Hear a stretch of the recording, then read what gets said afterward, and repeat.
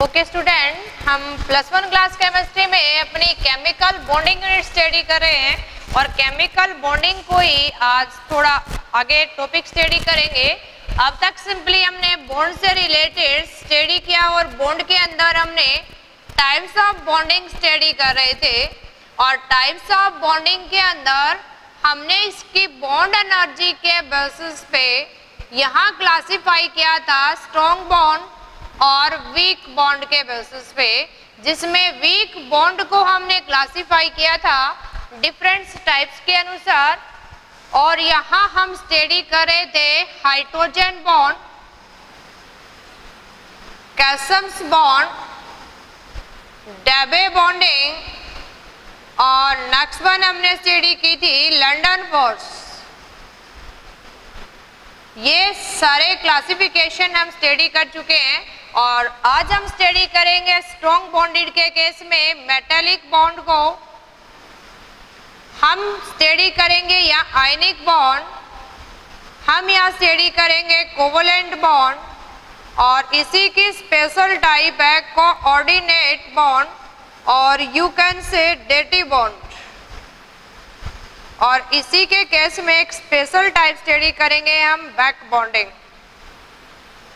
तो ये कुछ स्पेशल टाइप ऑफ बॉन्ड्स को आज हमने 1 बाय 1 करके स्टडी करना है। अभी 6-1 भी एक टाइप्स की फॉर्म में स्टडी करेंगे और पीछे वाले हमने स्टडी किए थे। इनसे रिलेटेड जितने भी अपने पास क्वेश्चनिंग बनते हैं वो हम एक्सप्लेन करते हैं और इसी के बेसिस पे हम यहाँ क्लासिफाई करेंगे ऑर्डर से। जैसे यहाँ क्वेश्चन बन गया,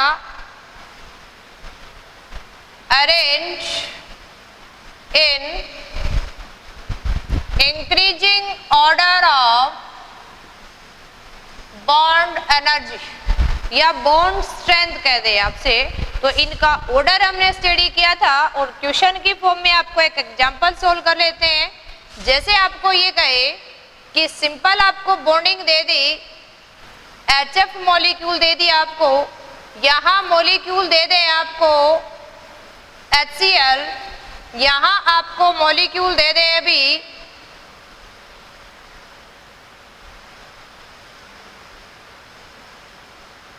जैसे यहाँ दे दिया आपको कोई भी हेलोजेंस मॉलिक्यूल की फॉर्म में दे दे, या कोई भी H2 दे दिया है या आर्गन दे दे, ये कुछ आपको बॉन्डिंग दे रखी है। अब इसको कैसे एक्सप्लेन करेंगे हम हम देखेंगे कि जहां हमें फन की फॉर्म वाले 3 एटम दिखाई देते हैं हाइड्रोजन, दैट मीन्स यहाँ हाइड्रोजन बॉन्डिंग काम कर रही है। जहां पासली सेपरेशन ऑफ चार्ज है वहाँ डाइपोल डाइपोल कैल्शियम बॉन्ड काम कर रहा है। और ये नॉन पोलर मॉलिक्यूल है। नॉन पोलर मॉलिक्यूल में हम सरफेस देखते हैं, इसकी साइज देखते हैं और सरफेस साइज पे काम करता है लंदन फोर्स। क्या काम करता है? London force. अब अगर देखें हम हाइड्रोजन मॉलिक्यूल और आर्गन में से साइज बड़ी किसकी है? आर्गन की। तो अब इसको अगर इंक्रीजिंग ऑर्डर में अरेंज करना हो हमें, तो सबसे कम जिसकी बॉन्ड स्ट्रेंथ है उसी की एनर्जी कम होगी। तो यहाँ अगर देखें तो सबसे वीक अपने पास क्या होगा? हाइड्रोजन मॉलिक्यूल के अंदर होगा। और हाइड्रोजन मॉलिक्यूल से ज्यादा किसकी होगी? आर्गन मॉलिक्यूल की। आर्गन से ज्यादा किसकी होगी? HCl की। और HCl से ज्यादा HF। ये हम इसके मॉलिक्यूलर फॉर्म में बॉन्ड एनर्जी को एक्सप्लेन कर सकते हैं। किसके अनुसार? बॉन्ड स्ट्रेंथ के अनुसार। हमने कल इन बॉन्ड्स को एनर्जी ऑर्डर में अरेंज किया। आज हम बात करेंगे अपने स्ट्रॉन्ग बॉन्ड को 1 बाय 1 स्टडी करेंगे। या आपका क्वेश्चन या तो डायरेक्ट बनता है या इंक्रीजिंग डिक्रीजिंग ऑर्डर में। तो हमें इनके बॉन्ड स्ट्रेंथ को ऑर्डर में अरेंज किया था। आपने सिर्फ उस मॉलिक्यूल में किस टाइप का मॉलिक्यूल्स है, कौन सी बॉन्डिंग पॉसिबल है, ये पहचानना है। और जब हम पहचान लेते हैं तो आसानी से ऑर्डर में अरेंज कर सकते हैं। तो आज हम फर्स्ट बात करते हैं मेटालिक बॉन्ड की। तो सिंपली अगर डिफाइन करें तो मेटालिक बॉन्ड है क्या? एक्चुअल में अगर मेटालिक बॉन्ड है वो क्या है, एक फोर्स ऑफ अट्रैक्शन है that bind up metal atoms in its lattice, जो उसके क्रिस्टल फॉर्म में उसके एटम को बाइंड अप करके रखता है, वो अट्रैक्टिव फोर्स क्या है, मेटालिक बॉन्ड है। अब मेटालिक बॉन्ड है, उसकी स्ट्रेंथ किस पे डिपेंड करेगी कि वह मेटल एटम फॉर्म बॉन्ड, तो ये इसकी स्ट्रेंथ, या आपसे कहे कि मेटल एटम बॉन्ड कैसे बनाते हैं, तो कोई भी मेटल एटम है उसकी बॉन्ड फॉर्मिंग टेंडेंसी है, जो उसकी बॉन्ड फॉर्मिंग टेंडेंसी है ये डिपेंड करेगी किसके ऊपर, उसकी वैलेंसी के ऊपर डिपेंड करेगी, और उसके अंदर कितने, ये कहें हम vacant orbital, vacant orbital of valence shell, और वैलेंसी का मतलब है कितने आपके पास वैलेंस इलेक्ट्रॉन है, और ये मेनली हमने अनपेयर्ड वैलेंस इलेक्ट्रॉन को काउंट करना है। किसको काउंट करना है, अनपेयर्ड वैलेंस इलेक्ट्रॉन्स को। जिसके पास जितने अनपेयर्ड वैलेंस इलेक्ट्रॉन होंगे उतनी ज्यादा उसके अंदर मेटालिक बॉन्डिंग होगी, जितने वैकेंट ऑर्बिटल्स हैं उसके अंदर बॉन्डिंग की टेंडेंसी बढ़ती जाएगी। और जनरली आपको ये कहे कि जैसे आपको कोई भी मेटल्स का नेम मेंशन कर रखा है, तो जितने भी मेटल्स हैं ये लैटिस क्रिस्टल की फॉर्म में एग्जिस्ट करते हैं। किसकी फॉर्म में, 3D क्रिस्टल की फॉर्म में एग्जिस्ट करते हैं। तो जब भी मेटल का नेम मेंशन हो, जैसे यहाँ आपको मेंशन कर दिया आयरन, आयरन का मतलब है ये Fe के मॉलिक्यूल इस तरह से एक लैटिस के अंदर टाइटली पैक है, और ये एक आयरन जो आपको सिंबल नजर आ रहा है वो इसकी 3D लैटिस को एक्सप्लेन कर रहा है, जिसके अंदर ये इन तीनों फॉर्म में हमें एटम्स की अरेंजमेंट को एक्सप्लेनेशन दे रहा है। अब आपस में दो आयरन के बीच में यहाँ बॉन्डिंग कितनी होगी, कैसे एक दूसरे से अट्रैक्टेड होंगे, ये बॉन्डिंग टेंडेंसी जो इनकी है ये डिपेंड करेगी कि आपके पास जो आयरन एटम है उसके पास कितने वैलेंसी है, यानी कितने अनपेयर्ड वैलेंस इलेक्ट्रॉन है, और ये डिपेंड करता है इसके पास कितने वैकेंट वैलेंस ऑर्बिटल्स। ये जितने उसके पास होंगे तो हो सकता है कि बैक बॉन्डिंग से बना ले, लेकिन जितने अनपेयर्ड इलेक्ट्रॉन है उतने ही आपस में बॉन्डिंग टेंडेंसी होगी। अब आपने कैसे बॉन्ड बनेगा ये अंडरस्टैंड कर लिया है, और मेटालिक बॉन्ड में आपने एक्सप्लेन करना है कि किसके अंदर स्ट्रॉन्ग बॉन्डिंग होगी, किसके अंदर वीक बॉन्डिंग होगी। जैसे आपने बताना है which metal have stronger metallic bond, किसके अंदर स्ट्रॉन्गर मेटालिक बॉन्ड होगा।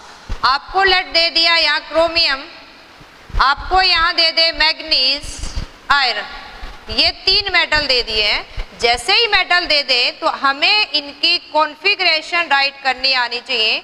जैसे क्रोमियम की है आर्गन 3d5 हम बात करें मैग्नीज की जिसका एटॉमिक नंबर 25 है, तो क्या हो जाएगी आर्गन 3d5 और अगर यही बात करें हम आयरन जिसका एटॉमिक नंबर 26 है, तो ये हो जाएगी आर्गन 3d6 अब जब भी हमें किसी मेटल लैटिस में मेटल एटम के बीच बॉन्ड स्ट्रेंथ को एक्सप्लेन करना है, यानी उस 3D फॉर्म में एटम आपस में कितने बॉन्ड से अट्रैक्टेड है, तो हम उसके अनपेयर्ड इलेक्ट्रॉन को देखेंगे।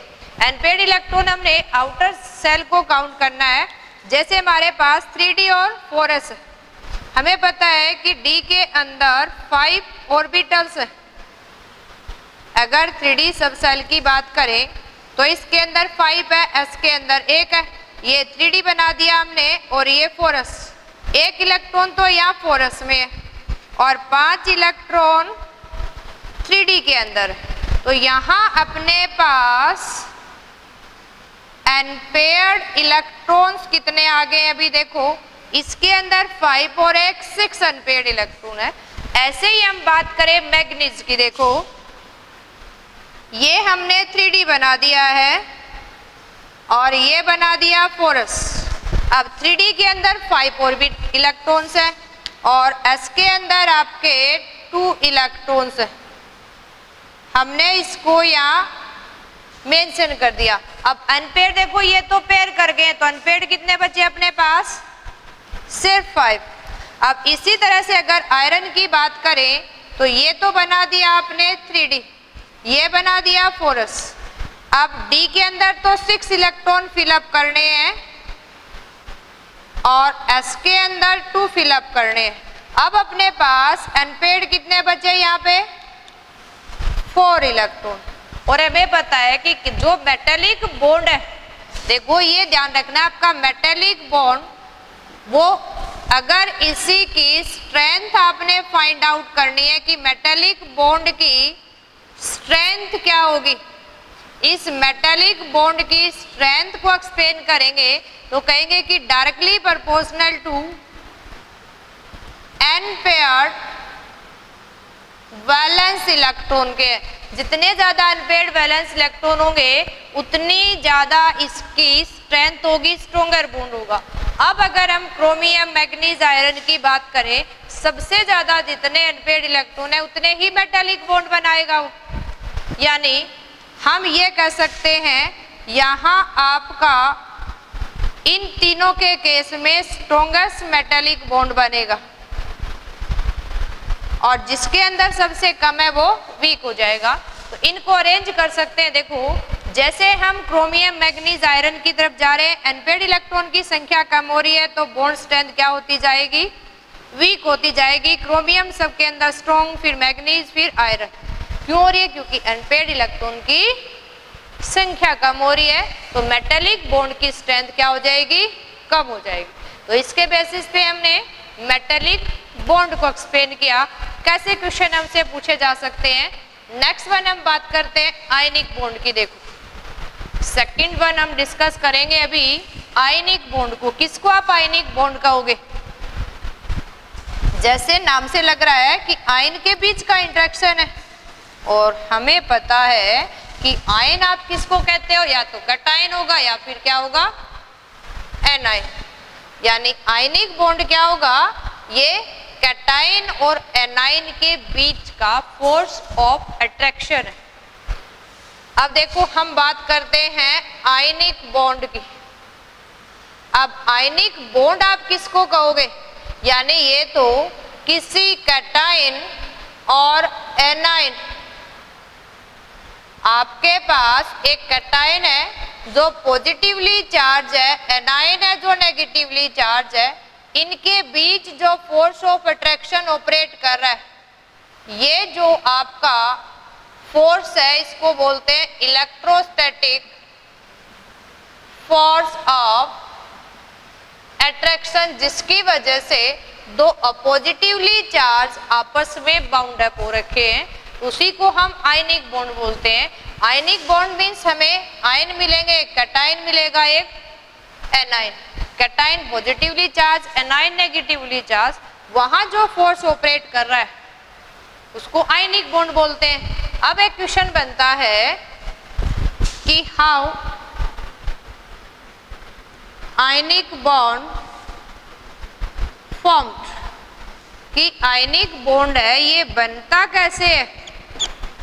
आयनिक बॉन्ड किससे बनता है, बाय लूज और गेन ऑफ इलेक्ट्रॉन।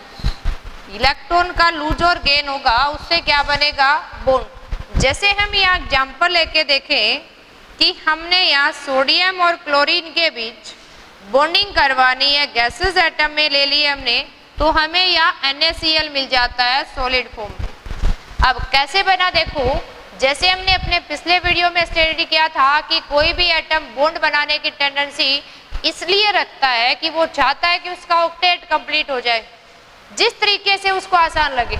अब हम यहाँ सोडियम की कॉन्फ़िगरेशन राइट करते हैं, 11 एटॉमिक नंबर है, तो ये हो जाएगा नियोन और 3s1।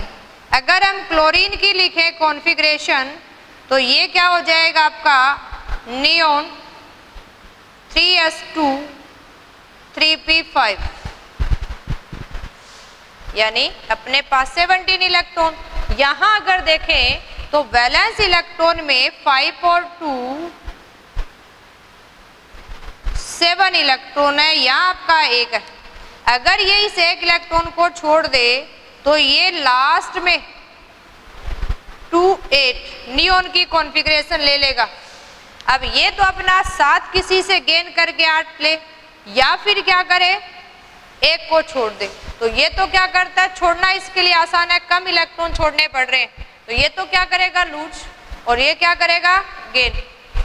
इन्हीं के लिए अगर हम यहाँ लेविस डॉट स्ट्रक्चर राइट करें, लेविस डॉट स्ट्रक्चर, तो क्या हो जाएंगे देखो, सोडियम के पास एक वैलेंस इलेक्ट्रॉन है, क्लोरीन के पास जितने वैलेंस इलेक्ट्रॉन है 7, वो मेंशन करें हम 1 2 3 4 5 6 और 7। अब ये क्लोरीन भी चाहता है 8 हो जाए, सोडियम भी चाहता है कि 8 आ जाए नियर बाय, चाहे पीछे वाली नोबल कैसे चाहे फॉरवर्ड आगे वाले, तो ये पीछे जाना इसके लिए आसान है, तो क्या करता है अपना इलेक्ट्रॉन इसको ट्रांसफर कर देता है, लूज कर देता है, और अपने पास क्या बन जाता है, जितने इलेक्ट्रॉन लूज करेगा उतना उसके ऊपर पॉजिटिव चार्ज। और क्लोरीन ने एक ऑब्टेन कर लिया है, यानी ये जो अपने पास क्लोरीन के 7 इलेक्ट्रॉन थे और एक एक्स्ट्रा इलेक्ट्रॉन कौन सा आ गया है, सोडियम वाला, तो इसके पास भी अभी कितने हो गए 8 इलेक्ट्रॉन। अब ये जितना इलेक्ट्रॉन गेन करता है उतना माइनस चार्ज, और ये जितने इलेक्ट्रॉन लूज करता है उतना पॉजिटिव। अब इसी तरह से देखो कैटाइन भी बन गया पॉजिटिवली चार्ज, एनाइन भी बन गया नेगेटिवली चार्ज। कैसे बना कि इसने तो क्या कर दिया, लूज ऑफ इलेक्ट्रॉन कर रहा है, तो ये लॉस ऑफ इलेक्ट्रॉन कर रहा है, तो ये क्या कर रहा है गेन ऑफ इलेक्ट्रॉन, और लूज और गेन से जिसने लूज किया वो तो क्या बन गया कैटाइन, और जिसने गेन किया वो क्या बन गया एनाइन। अब इस कैटाइन एनाइन के बीच यहाँ एक फोर्स ऑफ अट्रैक्शन ऑपरेट हो रहा है, जिसकी वजह से कैटाइन एनाइन एक सिंगल मॉलिक्यूल की तरह एग्जिस्ट कर रहे हैं। अब ये जो फोर्स ऑफ अट्रैक्शन यहाँ ऑपरेट कर रहा है, इसी को हम क्या बोलते हैं आयनिक बॉन्ड। तो आयनिक बॉन्ड किससे बना, बाय लूज और गेन ऑफ इलेक्ट्रॉन से। अब जनरली याद रखना है कि लूज कौन करेगा, जो मेटेलिक इन नेचर है, इलेक्ट्रो पॉजिटिव है, गेन कौन करेगा जो इलेक्ट्रो नेगेटिव है। अब किस एटम की कितनी टेंडेंसी होगी लूज करने की, देखो एक क्वेश्चन फिर माइंड में क्रिएट हो जाता है, which type of atom loose electron, कि कौन से टाइप के एटम्स लूज करेंगे। तो हमने याद रखना है कि लूज ऑफ इलेक्ट्रॉन कौन करता है, इलेक्ट्रो पॉजिटिव एटम, और इलेक्ट्रो पॉजिटिव के लिए हम कौन सा यूज करते हैं मेटल एटम। और इसी के साथ कौन लूज करेगा, जिस एटम की लो आयनाइजेशन एनर्जी होगी, यानी एटम है low ionization enthalpy. Ionization enthalpy हमने देखो डिफाइन की थी, किसको कहते हैं कि amount of energy required to lose outermost valence electron from isolated gaseous state of an atom.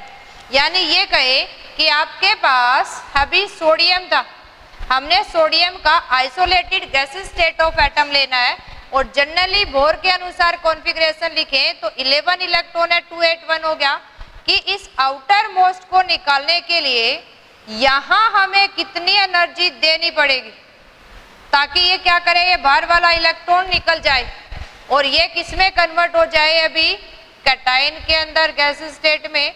और इलेक्ट्रॉन को लूज करे। अब ये जो एनर्जी है हमारी, इसी को क्या बोलते हैं हम, आयनाइजेशन एंथैल्पी। यानी कितनी अमाउंट ऑफ एनर्जी रिक्वायर्ड होगी to remove outermost valence electron from isolated gaseous state of an atom. ये एनर्जी अपनी क्या है, ionization energy.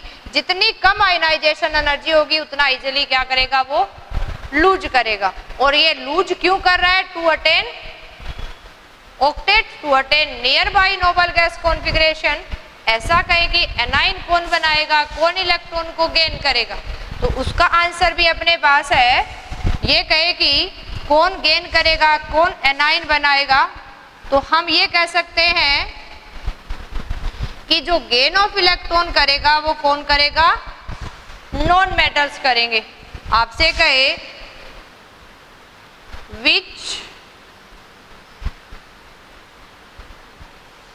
Atoms have tendency to gain electron या इलेक्ट्रॉन्स, एक से ज्यादा भी गेन कर सकता है या एक भी। तो जनरली इस क्वेश्चन का आंसर भी अपने पास है कि गेन ऑफ इलेक्ट्रॉन कौन करेगा, जिसके क्या है, ऑक्टेट कंप्लीट नहीं है लेकिन नियर बाई है। और ऐसा कौन है, जनरली नॉन मेटल एटम करेंगे। और नॉन मेटल एटम को ही क्या बोलते हैं हम, इलेक्ट्रोनेगेटिव एटम करेंगे। ऐसा कौन करेगा, इलेक्ट्रोनेगेटिव एटम, जिसके अंदर टेंडेंसी होगी टू गेन। अब इस केस में अगर एनर्जेटिकली व्यू से देखें, जैसे यहाँ आयनाइजेशन एनर्जी देखी, तो यहाँ मोस्ट इंपोर्टेंट पॉइंट ये कर सकते हैं कि that have high electron affinity, जिसकी हाई इलेक्ट्रॉन एफिनिटी है।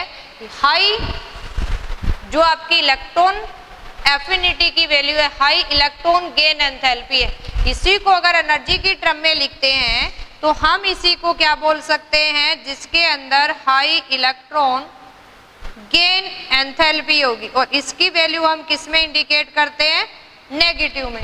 जैसे आप ये कहें कि आपके पास फ्लोरीन है, इसका गैसेस स्टेट लेना है, जैसे एक इलेक्ट्रॉन गेन करेगा ये और फ्लोराइड आयन के अंदर आ जाएगा। अब यहाँ कितनी अमाउंट ऑफ एनर्जी रिलीज हुई, जब इलेक्ट्रॉन गेन होगा तो एनर्जी रिलीज होगी। अब ये कितनी अमाउंट ऑफ एनर्जी रिलीज हुई, इसी को हम क्या बोलते हैं, इलेक्ट्रॉन गेन एंथैल्पी। एंथैल्पी का मीनिंग क्या है, एनर्जी। यानी किसी isolated gaseous state of atom को एक इलेक्ट्रॉन गेन करने के लिए कितनी एनर्जी लूज करेगा वो, उसी को क्या बोलते हैं, इलेक्ट्रॉन गेन एंथैल्पी। तो जिसकी इलेक्ट्रॉन गेन एंथैल्पी हाई होगी वो इलेक्ट्रॉन को एक्सेप्ट करेगा, जिसकी आयनाइजेशन एनर्जी कम होगी वो इलेक्ट्रॉन को लूज करेगा। और लूज करने के बाद कैटायन बनेगा, गेन करने के बाद एनायन। और कैटायन एनायन के बीच जो इंटरेक्शन है उसी को क्या बोलेंगे हम, आयनिक बॉन्ड बोलेंगे।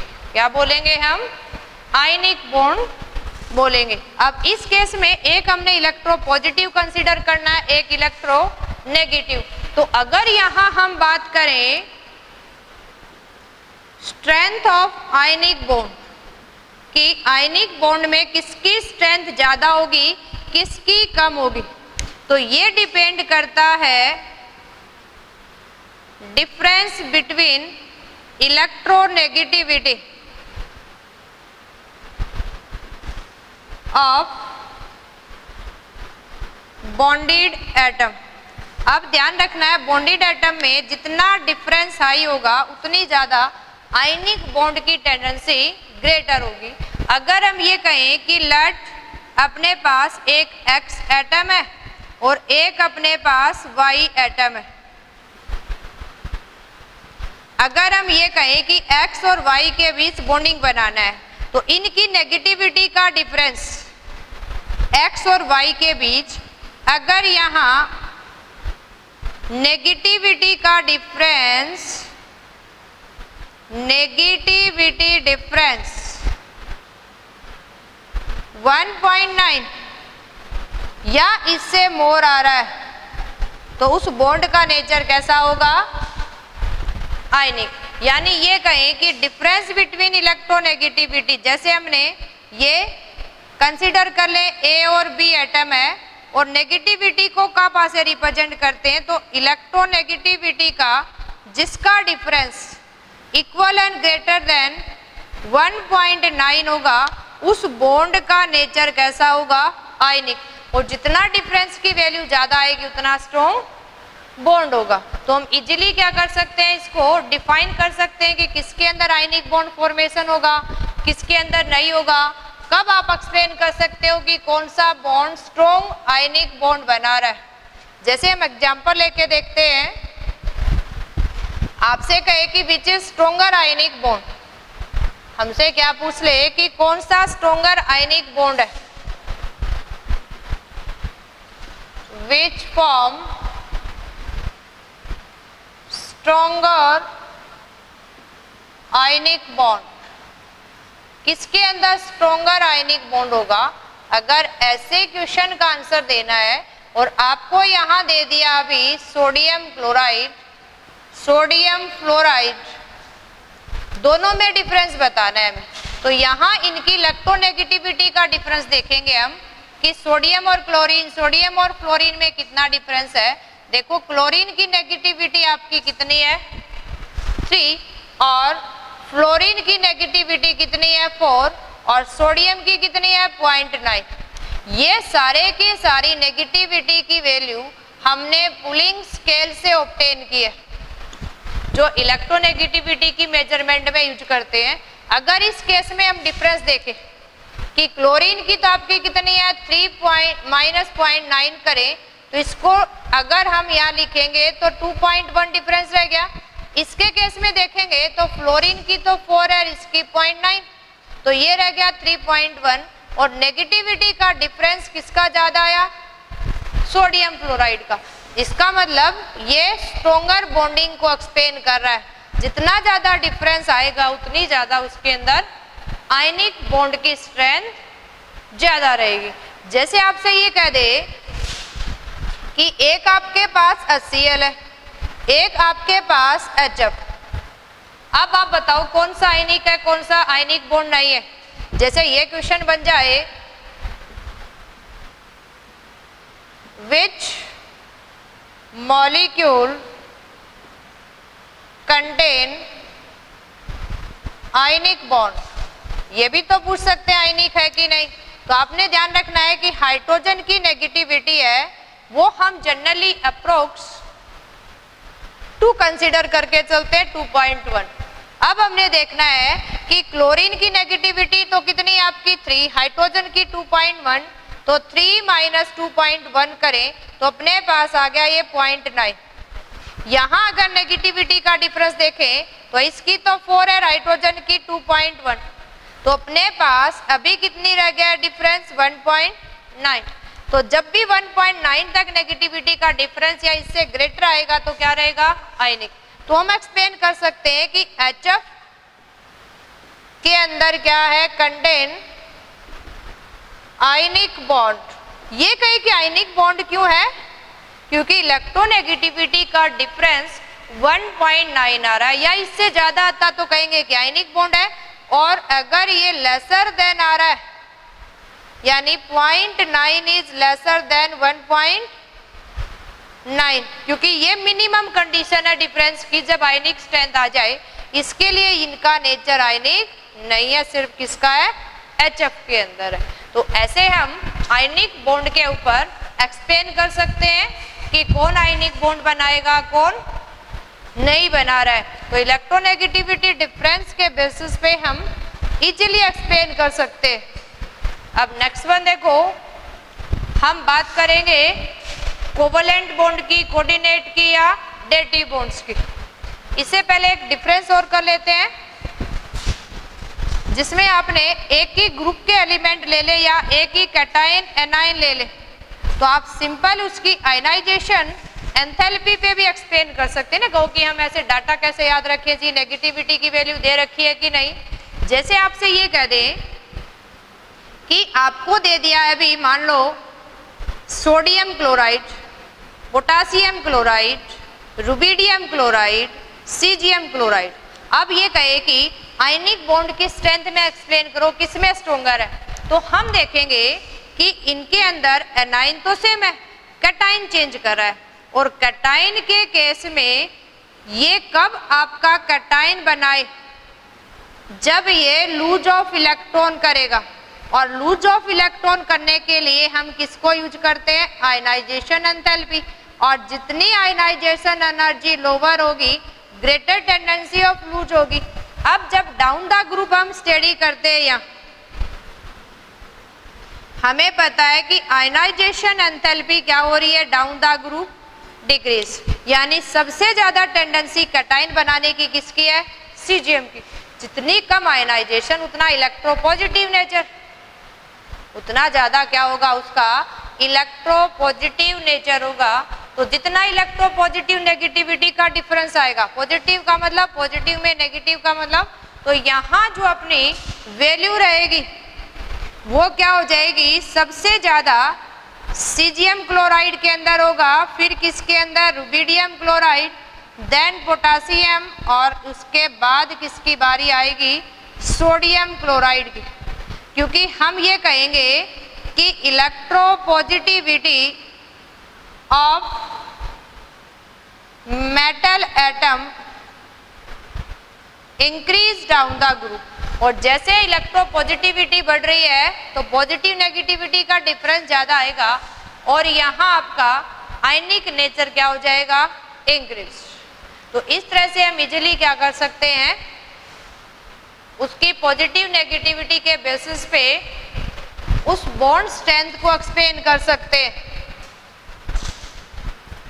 इसी के बेसिस पे हमने साइज के बेसिस पे इसको एक्सप्लेन किया कि कौन सा स्ट्रॉन्ग वीक होगा, किसके अंदर स्ट्रॉन्ग बॉन्डिंग होगी, किसके अंदर वीक बॉन्डिंग होगी। तो आज सिंपली एक तो आपने कौन कैटाइन एनाइन बनाएगा, तो आयनिक बॉन्ड की अगर बात करें तो आयनिक बॉन्ड फॉर्मेशन किसके बीच में होगा, एक आपका मेटल होना चाहिए, एक क्या होना चाहिए, नॉन मेटल होना चाहिए। सेकंड याद रखेंगे, एक इलेक्ट्रोपॉजिटिव होना चाहिए, एक इलेक्ट्रोनेगेटिव एटम होना चाहिए। थर्ड वन बात हमने क्या पढ़ी अभी, कि जो इलेक्ट्रोनेगेटिविटी का डिफरेंस है, electronegativity difference equal and greater than 1.9 आना चाहिए, तो ही वह क्या बनाएगा, आयनिक बॉन्ड बनाएगा। और नेक्स्ट वन हमने ध्यान रखना है कि अगर मेटल की तो जितनी लोअर आयनाइजेशन एनर्जी हो, और नॉन मेटल की जितनी हायर इलेक्ट्रॉन गेन एंथैल्पी हो, क्या हो, इलेक्ट्रॉन गेन एंथैल्पी, ये सारे फैक्टर डिसाइड करेंगे उतना ही स्ट्रोंगर आयनिक बॉन्ड बनेगा। अब आयनिक बॉन्ड बनने के बाद जो यहाँ कंपाउंड बना उसको हम क्या बोलेंगे, आयनिक कंपाउंड। तो आयनिक कंपाउंड को भी थोड़ा सा डिस्कस कर लेते हैं हम। ये तो हमने आयनिक बॉन्ड कब बनेगा, किसको स्ट्रॉन्ग कहेंगे, किसको वीक कहेंगे, और आयनिक बॉन्ड के बाद जो रिजल्ट बना हमें उसको क्या बोलते हैं, आयनिक कंपाउंड। अब आयनिक कंपाउंड को अगर सिंपली डिफाइन करना हो तो कह सकते हैं कि कंपाउंड कंटेनिंग आयनिक बॉन्ड। क्या कह सकते हैं, कंपाउंड कंटेनिंग आयनिक बॉन्ड। अब जिस कंपाउंड के अंदर आयनिक बॉन्डिंग है उसको आयनिक कंपाउंड कहेंगे। अब यहाँ देखना है कि आयनिक बॉन्ड के अंदर यहाँ अपोजिट्स चार्ज स्पीसीज के अंदर इलेक्ट्रोस्टैटिक फोर्स ऑपरेट कर रहा है। अब इलेक्ट्रोस्टैटिक फोर्स क्या है, आपका एक स्ट्रॉन्ग फोर्स है। तो इस कंपाउंड का अगर हमने नेचर स्टडी करना है, नेचर ऑफ कंपाउंड अगर स्टडी करें देखो, तो ये कंपाउंड हमें जितने भी आयनिक है हम याद रखेंगे कि exist in solid form, crystalline structure होगी इसकी, 3D की फॉर्म में हमें मिलेंगे ये 3D क्रिस्टल की फॉर्म में। जब इनका प्रॉपर अरेंजमेंट है तो आयनिक कंपाउंड क्या होंगे, हाई मेल्टिंग पॉइंट, और सॉलिड में है तो बॉइलिंग तो हाई होगी। नेक्स्ट वन याद रखेंगे कि आयनिक कंपाउंड कैसे होते हैं, ब्रिटल इन नेचर होते हैं। अगर उसको हम हम्बर करेंगे तो पीसेस में ब्रेक हो जाएंगे। तो अगर हम सिंपली देखें तो सॉलिड स्टेट में क्रिस्टलाइन फॉर्म में हाई मेल्टिंग पॉइंट होगी, ब्रिटल इन नेचर होंगे। अगर हम और इनकी प्रॉपर्टी को स्टडी करें तो हम ये कह सकते हैं कि हाई मेल्टिंग ब्रिटल के साथ साथ ये क्या कहेंगे, इंसुलेटर इन सॉलिड स्टेट, लेकिन क्या कहेंगे, but good conductor in molten और एक्वस स्टेट। मोल्टन का मीनिंग क्या है, अगर उस कोई भी आयनिक कंपाउंड है उसको आपने मेल्ट कर दिया, लिक्विड स्टेट में ले आए तो वहां कैटाइन और एनाइन फ्री हो जाएंगे मूवमेंट के लिए, तो कंडक्ट करेंगे। और अगर एक्वस स्टेट है दैट मीन्स आपने वाटर में डिजोल्व कर दिया तो भी उसके कैटाइन एनाइन वाटर की वजह से फ्री हो जाएंगे, उनको मीडियम मिलेगा तो क्या करेंगे, कंडक्ट करेंगे इलेक्ट्रिसिटी को। यहाँ कैटाइन एनाइन की वजह से एक्वस और मोल्टन स्टेट में गुड कंडक्टर्स बन जाते हैं। तो ये बात की आज हमने आयनिक कंपाउंड की।